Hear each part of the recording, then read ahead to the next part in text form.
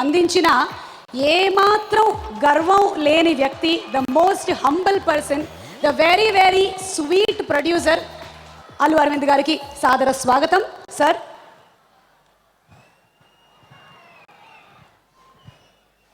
నువ్వు మాట్లాడిన తర్వాత ఏం మాట్లాడినా ఆనంద సుమ వద్దు ఉండు.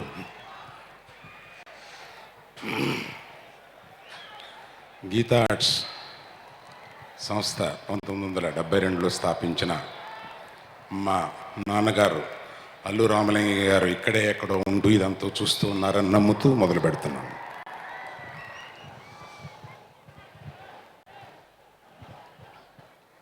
నేను గీతా ఆర్ట్స్ మీద కానీ అసోసియేటెడ్ పార్ట్నర్స్తో కానీ 54 సినిమాలు ఇంతవరకు తీశాను. ప్రతి సినిమాకి కొత్తగా, ప్రతి సినిమా రషెస్ చూసేటప్పుడు చేతులు వణుకుతూ, ఇవాళ ఈ సినిమా చూసుకుని చాలా సంతృప్తిగా ఉంది. కానీ సినిమా మీకున్న ఎక్స్పెక్టేషన్కి రీచ్ అవుద్దని తెలిసినా కూడా లోపల ఎక్కడో దడగా ఉంటుంది మాకు. అటువంటి దడ కలకాలం నాకు ఉండాలని చెప్పి నేనే కోరుకుంటున్నాను.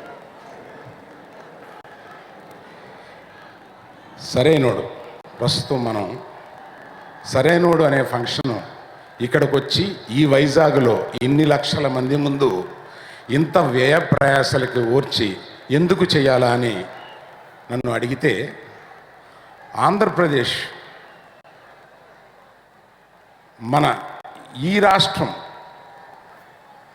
అవతరించిన తరువాత film related the biggest function first time జరుగుతుంది ఇక్కడ. అది వైజాగ్లోనే జరగాలి అనడానికి ఒక ఫస్ట్ చెప్పుకోవాల్సిన ఒక వ్యక్తి ఎవరు అంటే గంటా శ్రీనివాసరావు గారు. అతనికి మా కుటుంబానికి ఉన్న స్నేహం కానీ, చనువు కానీ, ప్రేమ కానీ, అభిమానం కానీ, ఆయన నువ్వు ఆడియో ఫంక్షన్ వైజాగ్లోనే చేసి తీరాలి అని నాతో చెప్పటం, దానికి అయ్యే ఖర్చు అవన్నీ చూసుకుని కొంచెం బాధేసినా కూడా తప్పనిసరిగా ఇక్కడ చేయాలని నిర్ణయించుకుని చేస్తున్నందుకు మొట్టమొదటిసారిగా ప్రథమ వ్యక్తిగా గంటా శ్రీనివాసరావు గారికి, తర్వాత మెగా ఫ్యామిలీకి ఈ సిటీ ఇచ్చే ఒక గౌరవం ఎప్పటికీ మేము మర్చిపోలేనిది. చిరంజీవి గారి సినిమాలు, ఎన్ని సినిమాలు మీరు ఎంతెంత హ్యూజ్ షేర్స్ ఈ 3-4 జిల్లాల్లో వచ్చాయో, అట్లాగే బన్నీకి ప్రత్యేకమైన స్థానం ఇచ్చిన మీరు ఒక సినిమా కొన్ని సంవత్సరాల పాటు ఇక్కడ రికార్డుగా నిలబడిపోయింది. అటువంటి సినిమాలని ఆదరించి బన్నీని చాలా పెద్ద హృదయంతో ఆశీర్వదిస్తున్న మీ ఎదుటికుండా వచ్చి ఈ ఫంక్షన్ చేయాలని చెప్పి మాకు ఆ కోరిక కలిగింది. మీరు అందరూ వచ్చి ఇంత ఆనందంగా ఈ ఫంక్షన్ చూస్తున్నందుకు నిన్నటి వరకు అందరికీ ఒళ్ళు నొప్పులు చేసినా కూడా ఇవాళ చాలా ఆనందంగా ఉంది. ఇది నాకు మళ్ళీ చిరంజీవి గారు మాట్లాడిన తర్వాత అందరూ వెళ్ళిపోవడం, తర్వాత ఒక ఓట్ ఆఫ్ థ్యాంక్స్కి ఏ అవకాశం చిరంజీవి గారి ఫంక్షన్లో ఉండదు. అది మా దురదృష్టం, కొంచెం డిసడ్వాంటేజ్ కూడా ఉంది. కనుక ఆ ఓట్ ఆఫ్ థ్యాంక్స్ లాంటిది ఇక్కడ చెప్పుకునే ముందు 2 ముఖ్యమైన విషయాలు చెప్పాలి. ఒకటి, చిరంజీవి గారు మేము గదిలో కూర్చున్నాం, మా ఇంట్లో కూర్చున్నాం, లేకపోతే మేము విడిగా మా ఫంక్షన్స్లోనో ఎప్పుడో మాట్లాడుకునే విషయాన్ని, ఆ విషయాలు పబ్లిక్తో మాట్లాడే అవకాశం వచ్చినప్పుడు ఒకసారి ఒక మాటగా మీకు తెలిసిందైనా కూడా పంచుకోవడం నా పెద్ద హృదయం కాదు, నా బాధ్యత కింద ఫీల్ అవుతున్నాను. ఆ రాజు ఎప్పుడో ఒక సుదీర్ఘ ప్రయాణం ప్రారంభించిన చిరంజీవి గారు ఎన్నో కష్ట నష్టాలకి ఓర్చి, శ్రమ ఓర్చి, ఆయన ప్రత్యేకమైన తన సుఖాలన్నీ వదులుకుని ఆయన కష్టపడి 25 సంవత్సరాల పాటు, మొదటి 25 సంవత్సరాల పాటు ఆయన కష్టపడి ఏర్పాటు చేసిన ఈ ప్లాట్ఫారం మీదే ఇవాళ ఇంతమంది హీరోలు ఉండగలుగుతున్నారు. ఆ ఘనత ఆయనకే దక్కింది. నేను చిరంజీవి గారు, పవన్ కళ్యాణ్ దగ్గర నుంచి ఇవాళ అల్లు శిరీష్ వరకు అందరికీ ఒక ప్లాట్ఫారం ఏర్పాటు చేసిన ఆయనకి సభాముఖంగా కృతజ్ఞత చెప్పకపోతే నా తప్పు అవుతుంది. 2, నేను చాలా సంవత్సరాలు కష్టపడి చాలా సినిమాలు తీస్తూ నేను ఈ మధ్య కొంతమంది యువకుల సహాయంతో నేను ఇవాళ యాజ్ ఇట్ ఈస్గా 3 సినిమాలు, అదర్ లాంగ్వేజ్లో 1 సినిమా, 4 సినిమాలు తీస్తున్నాను. అయినా కూడా నా బరువు బాధ్యతలన్నీ పంచుకుని నా దగ్గర కొంతమంది యంగ్స్టర్స్ ఉన్నారు. వాళ్ళని తీసుకొచ్చి పరిచయం చేయకపోయినా, వాళ్ళ గురించి ఒక్క మాట అయినా చెప్పకపోయినా నాది తప్పు అవుద్ది.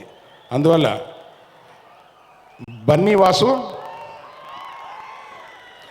మన బన్నీకి చాలా మంచి స్నేహితుడు.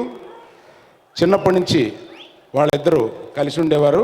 ఇటువంటి బన్నీ వాసు అనేక బాధ్యతలు తీసుకుని ఈ ఫిల్మ్ని తీయడంలో కానీ, ఈ ఫంక్షన్ చేయడంలో కానీ అనేకంగా ఉపయోగపడ్డాడు. ఆ తర్వాత అశోక్ గారు, ఇంకెవరు,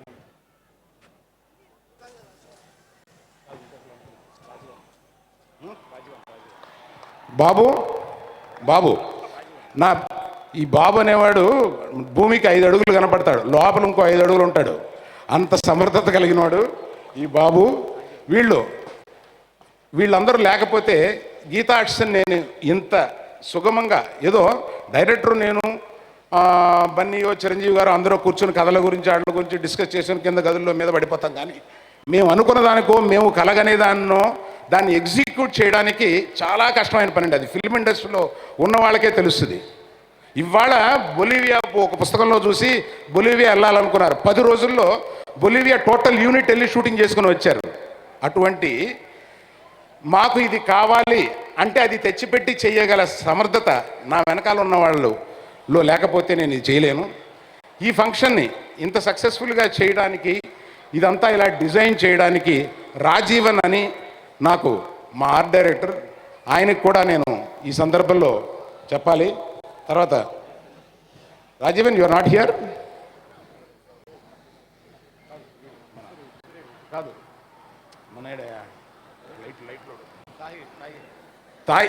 ఈ లైట్స్ ఇవన్నీ ఏర్పాటు చేసిన Tahir. Hello Tahir, sound and light Layak Babu. ఎంత మనకి ఇంత ఇదిగా చేయగలిగిన అతను ఇంత శ్రమపడి చేసినందుకు మీరు అందరూ ఒక్కసారి చప్పట్లు కొడితే ఆనందపడతాడు. వీళ్ళు 40 మంది ఫ్యామిలీ, ఆ 40 మంది ఫ్యామిలీస్ వచ్చి ఇక్కడ 10 రోజులుగా పనిచేసేస్తూ ఉన్నారన్నమాట. ఎవరికి కనపడ్డు వినపడ్డు అంత సాఫ్ట్గా ఉండే, నెమ్మదిగా ఉండే persons. Thank you very much. పోతే సక్సెస్ వచ్చిన తర్వాత మాట్లాడుకోవాల్సిన చాలా విషయాలు ముందే 1-2 గురించి మాత్రమే చెప్పదలుచుకున్నా.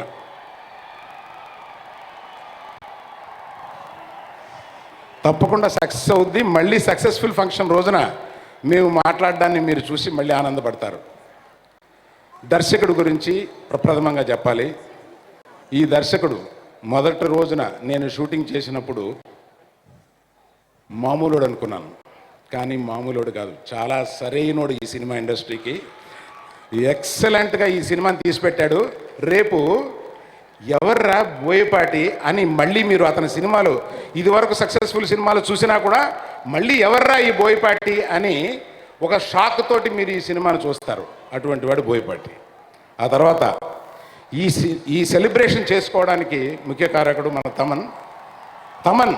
ఇంత మంచి మ్యూజిక్ మనకి ఇవ్వడం వల్ల, అది 10 రోజుల్లో జనంలో ఇంత క్విక్గా వెళ్ళడం వల్ల మనం ఈ పండుగ చేసుకోగలుగుతున్నాం. తర్వాత బన్నీ గురించి చెప్పాలి కదా, నేను చెప్పడం లేదు, చిరంజీవి గారు చెప్తారు. Thank you very much.